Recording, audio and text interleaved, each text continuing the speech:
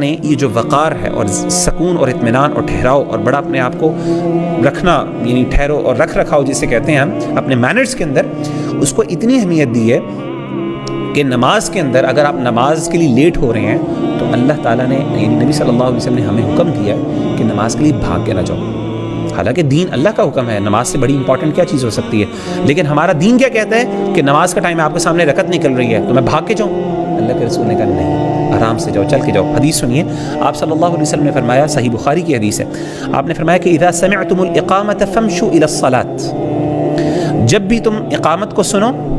تو کیا کرو؟ فامشوا الی الصلاۃ، نماز کی طرف چلو۔ وعلیکم بالسکینۃ والوقار، تمہارے اوپر سکون اور وقار ہونا چاہیے، اطمینان سے چلو اور وقار سے چلو، بھاگ کے نہیں جانا۔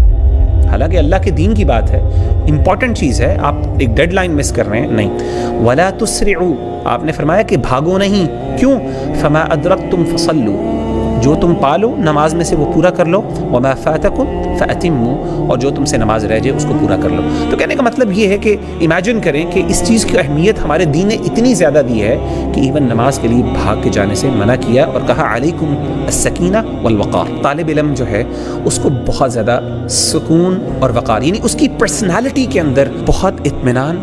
ٹھہراؤ اور بڑی جو ہے نا جسے کہتے ہیں مہذب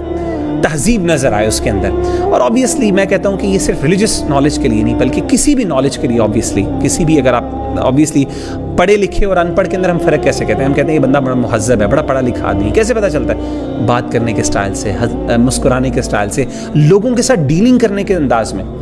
تو خاص طور پہ وہاں پہ سکون، اطمینان اور وقار، پرسنالٹی کا خیال رکھنا، مہذب رکھنا، بدتمیزی نہ کرنا، گندی بات نہ کرنا۔ اور میں خاص طور پہ اپنے اسٹوڈنٹس کو کہتا ہوں، خاص طور پہ میں چونکہ یونیورسٹی میں پڑھاتا ہوں اور الحمدللہ اللہ نے مجھے موقع دیا کہ میں M S level, M Phil level کے اسٹوڈنٹس کو بھی پڑھاتا ہوں، اللہ کا شکر ہے۔ تو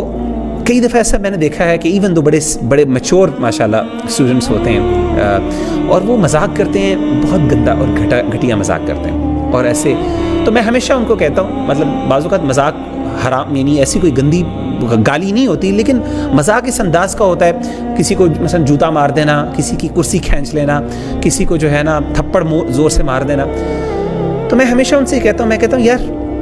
آپ کے مذاق کے اندر جو ہے نا ایک مہذب پن ہونا چاہیے، آپ کے مذاق کے اندر بھی تہذیب ہونی چاہیے، ایک لیول آف رسپیکٹ ہونا چاہیے، پتہ چلے کہ یار یہ بندہ پڑھا لکھا